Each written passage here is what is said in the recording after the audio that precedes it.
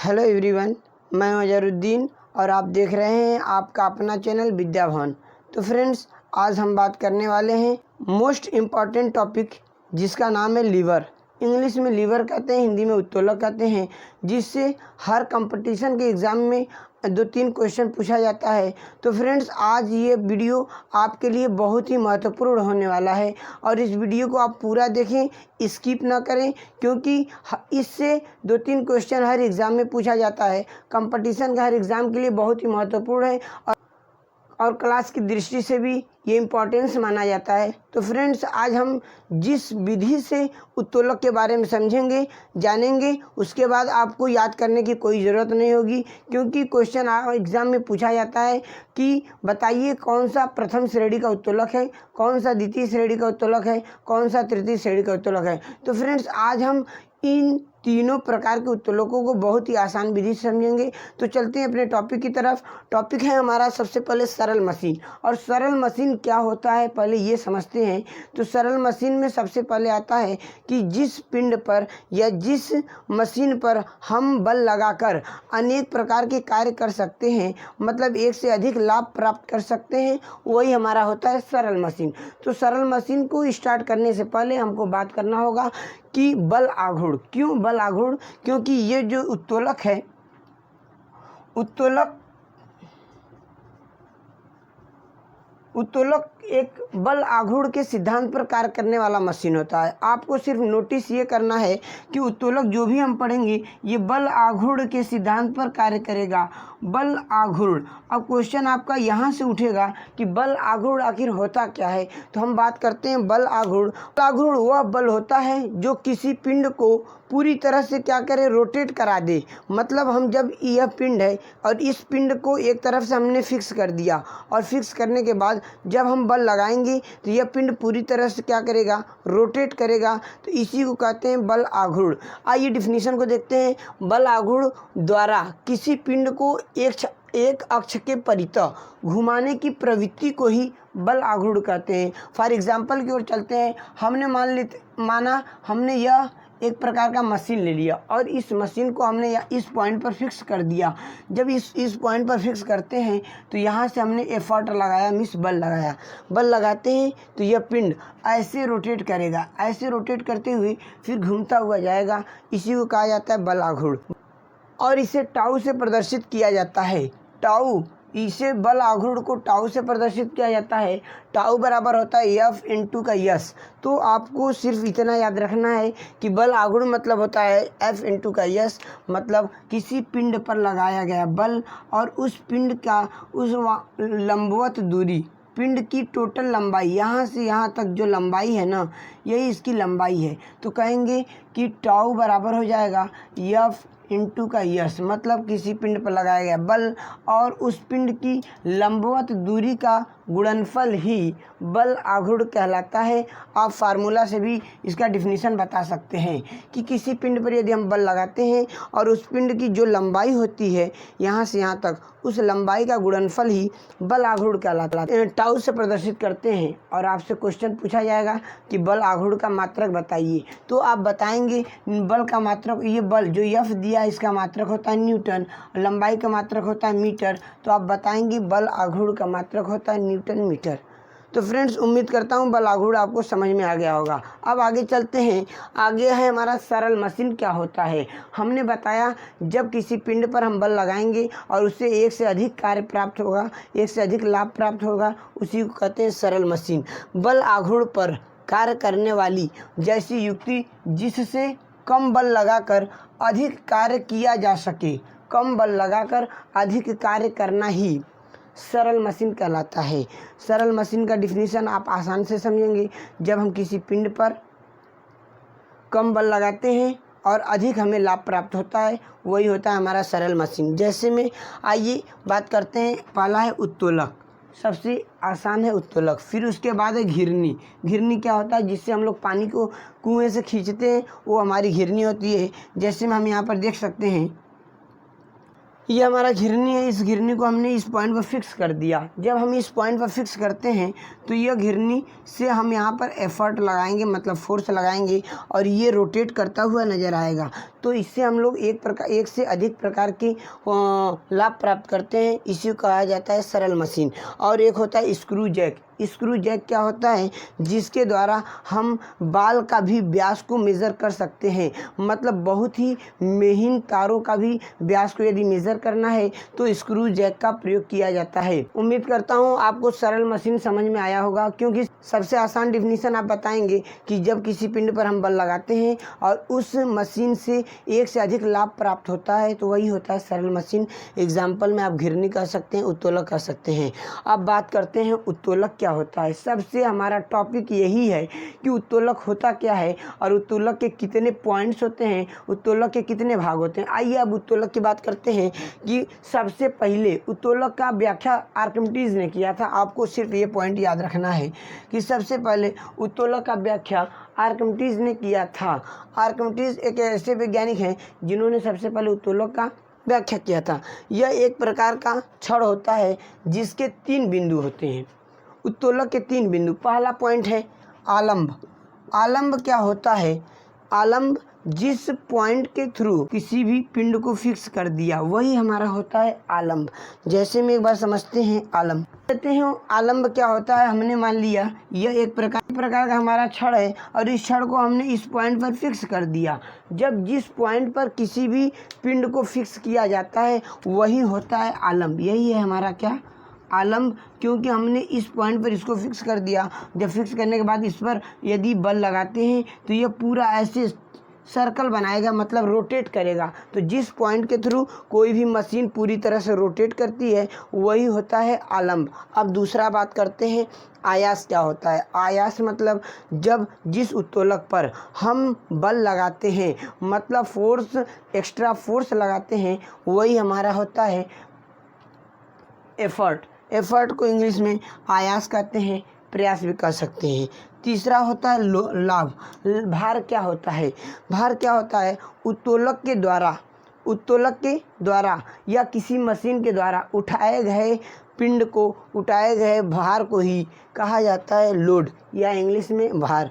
तो आइए बात करते हैं उत्तोलक के ये 3 मेन पॉइंट से, आलंब, आयास और भार। इंग्लिश में फलक्रम, एफर्ट, लोड। अब बात करते हैं उत्तोलक के प्रकार। मोस्ट इम्पॉर्टेंट आपके लिए यहीं से शुरू होता है, उत्तोलक के प्रकार कितने हैं।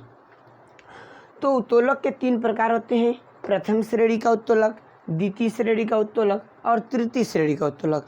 प्रथम श्रेणी के उत्तोलक का डिफिनीशन आप क्लियर इतना समझेंगे, सिर्फ एक पॉइंट का सिर्फ आपको याद करना है कि प्रथम श्रेणी के उत्तोलक में आलंब बीच में होता है। तो प्रथम श्रेणी के उत्तोलक में यहीं पर लिखते हैं आलंब बीच में, आलंब बीच में होता है। ये प्रथम श्रेणी के उत्तोलक में आलंब बीच में होता है और द्वितीय श्रेणी के उत्तोलक में भार बीच में होता है और तृतीय श्रेणी के उत्तोलक में ये यहाँ पर नहीं समझ में आएगा। द्वितीय श्रेणी के उत्तोलक में भार बीच में होता है, फर्ट या इंग्लिश में आयास कह सकते हैं, हिंदी में आयास बीच में होता है। बस सिर्फ आपको यही 3 पॉइंट याद करने से आप पूरा उत्तोलक के 3 प्रकार होते हैं, प्रथम श्रेणी का उत्तोलक, द्वितीय श्रेणी का उत्तोलक, तृतीय श्रेणी का उत्तोलक। प्रथम श्रेणी के उत्तोलक में आलंब बीच में होता है, द्वितीय श्रेणी के उत्तोलक में भार बीच में होता है, मिस लोड बीच में। तृतीय श्रेणी के उत्तोलक में एफर्ट मिस आयास बीच में होता है। अब आइए इसकी एग्जाम्पल की तरफ चलते हैं। एग्जाम्पल क्या होता है, प्रथम श्रेणी के उत्तोलक वे उत्तोलक होते हैं जिनका आलंब बीच में होता है और मशीन क्या करती है, पूरी तरह रोटेट करती है। फॉर एग्जाम्पल की ओर चलते हैं। जैसे में मान लेते हैं ये कैंची दिया हुआ है, ये कैंची, और हम देखते हैं जिस पॉइंट के थ्रू ये कैंची जिस पॉइंट के थ्रू मोशन कर रही है, मतलब यहाँ पर एक कील कसा हुआ है, यही कील उसका आलंब है। अब दूसरा एग्जाम्पल की बात करते हैं। मान लीजिए ये मशीन दिया हुआ है, ये हमारा पिलास दिया हुआ है, क्योंकि तराजू पिलास सड़सी। मान लीजिए ये हमारा पिलास दिया हुआ है, तो पिलास में ये देख रहे हैं ये इस पॉइंट के थ्रू ये सड़सी मोशन कर रहा है। तो जिस पॉइंट के थ्रू यह मशीन मोशन करता हुआ नज़र आ रहा है वह द्वितीय श्रेणी प्रथम श्रेणी का उत्तोलक है। दूसरा एग्जाम्पल देखते हैं। हमने कहा कील उखाड़ने वाली मशीन, तो कील उखाड़ने वाली ये मशीन है और इस मशीन को जब हम ऐसे करते हैं तो ये पॉइंट जो सेंटर पॉइंट है इस पर इसको फिक्स कर दिया गया है और इसी के थ्रू ये कील को उखाड़ता है और हम लोग यहाँ से एफर्ट लगाते हैं और यहाँ से ये लोड लेकर बाहर निकलता है। तो कहेंगे प्रथम श्रेणी के उत्तोलक में आलंब बीच में होता है। और भी एग्जाम्पल देखना चाहते हैं तो आपको हैंडपम्प, जी हैंडपम्प मतलब हम लोग चलाते हैं तो नीचे से भार को मतलब पानी को उठाता है और बीच में उस चैन को हम लोग कसे हुए रहते हैं, तो हमारा प्रथम श्रेणी का उत्तोलक है। और भी एग्जाम्पल साइकिल का ब्रेक, साइकिल का ब्रेक प्रथम श्रेणी का उत्तोलक में आता है।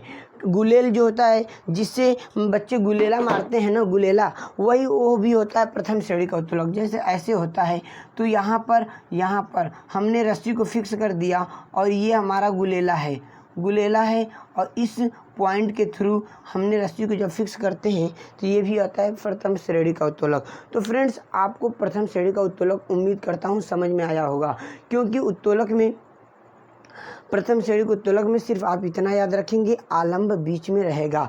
अब बात करते हैं द्वितीय श्रेणी का उत्तोलक। द्वितीय श्रेणी का वे उत्तोलक होते हैं जिसमें भार बीच में होगा, भार।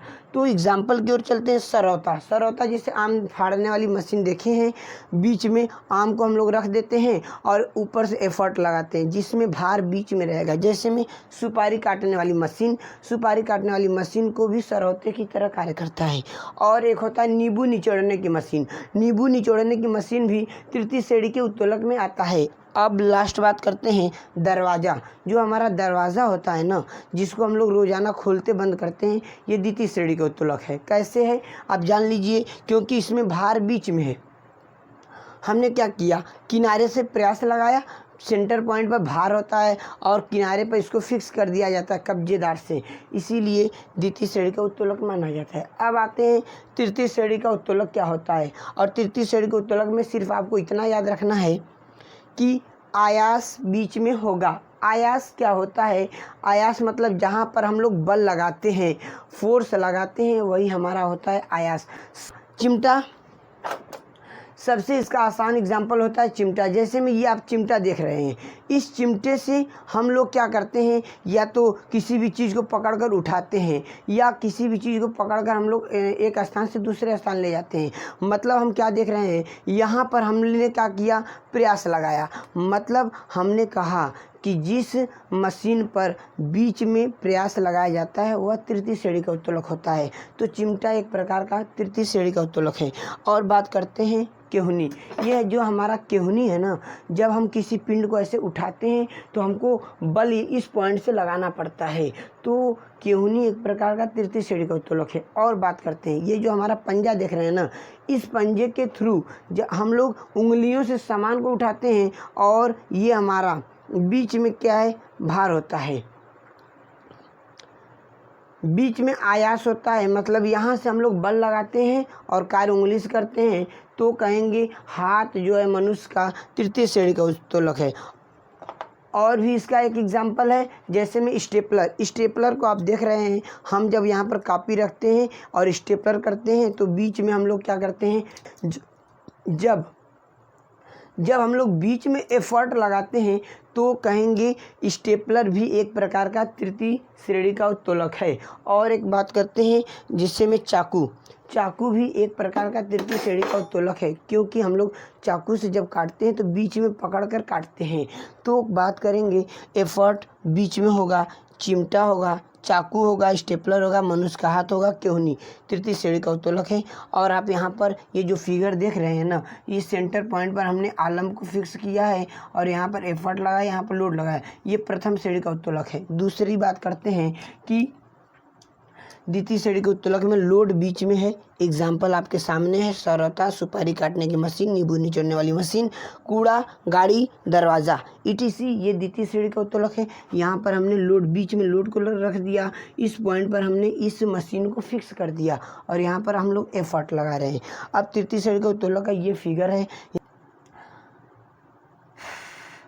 यहाँ पर हमने बीच में प्रयास लगाया, मिस चिमटा जैसे है, चिमटा को बीच में हम लोग प्रयास लगाते हैं और आलम्ब पीछे होता है, प्रयास भार भी आगे होता है, तो कहेंगे सिर्फ भार प्रयास आयास बीच में होता है, तृतीय श्रेणी का उत्तोलक है। तो फ्रेंड्स, आप उम्मीद करता हूँ आपको समझ में आ गया होगा। लेकिन आप सोच रहे होंगे प्रथम श्रेणी, द्वितीय श्रेणी, तृतीय श्रेणी के उत्तोलक को याद कैसे करें। तो सिर्फ आपको एक छोटा सा ट्रिक दे रहा हूँ जिससे आप इन तीनों श्रेणी के उत्तोलक को याद कर लेंगे। जैसे में आइए देखते हैं, यह हमारा ट्रिक है जिससे हम लोग आलम भार मतलब प्रथम, द्वितीय, तृतीय श्रेणी को आसानी से याद कर लेंगे। ट्रिक हमारा है ये। तो फ्रेंड्स, ये हमारा ट्रिक है। इसे कहते हैं प्रथम श्रेणी का उत्तोलक, इसे कहते हैं द्वितीय श्रेणी का उत्तोलक, इसे कहते हैं तृतीय श्रेणी का उत्तोलक। कैसे याद करेंगे? अब एक बात आपको याद रखना है, जो हमारा ये लोड दिया हुआ है, भार बीच में रहेगा तो द्वितीय श्रेणी का उत्तोलक रहेगा। इंग्लिश में लोड कहते हैं, वेट भी कह सकते हैं, वेट माने भी भार होता है। तो हम यहाँ से देख रहे हैं कि यहाँ पर जो फलक्रम है, फलक्रम में ये दो है, मतलब दो बाँह दिख रहा है, एक बाँह दो बाँह, तो ये एक बाँह और ये दो बाँह, तो मतलब दो आ गया। और इसमें देख रहे हैं डाब्लू में ऐसे मान लीजिए ये दिखाई दे रहा है, जिसमें ये एक हो गया, ये दो हो गया, ये जो 2.5 मतलब बीच में जो आधा है 2.5 मानेंगे, मतलब वह कितना 0.5 मानेंगे तो टोटल हो गया 2.5। देखिए केवल ट्रिक। और ई मतलब यहाँ पर एक हो गया, ये दो हो गया, ये तीन हो गया। तो देख रहे हैं फलक्रम में दो है, तो मतलब जिसमें फलक्रम आलम्ब बीच में रहेगा वो प्रथम श्रेणी का उत्तोलक रहेगा। इसमें कम है, दो है तो पहला स्थान पर, इसमें 2.5 है तो दूसरा स्थान पर, और इसमें 3 है तो तीसरा स्थान पर। तो भार बीच में रहेगा, मतलब आयास बीच में रहेगा, तो तृतीय श्रेणी का उत्तोलक होगा। तो फ्रेंड्स, उम्मीद करता हूँ आपको ये वीडियो समझ में आया होगा और आज के बाद आपको उत्तोलक में कोई प्रॉब्लम नहीं होगी, उम्मीद करता हूँ। अगर आपको वीडियो समझ में आया है तो इस चैनल को सब्सक्राइब करें, लाइक करें, शेयर करें और कमेंट करना ना भूलें। यदि आपको कोई प्रॉब्लम इस वीडियो में लग रहा है तो फ्रेंड्स, आप एक बार बैक जाकर फिर इस वीडियो को पूरा देख लें और आपकी पूरी प्रॉब्लम समाप्त हो जाएगी। थैंक्स।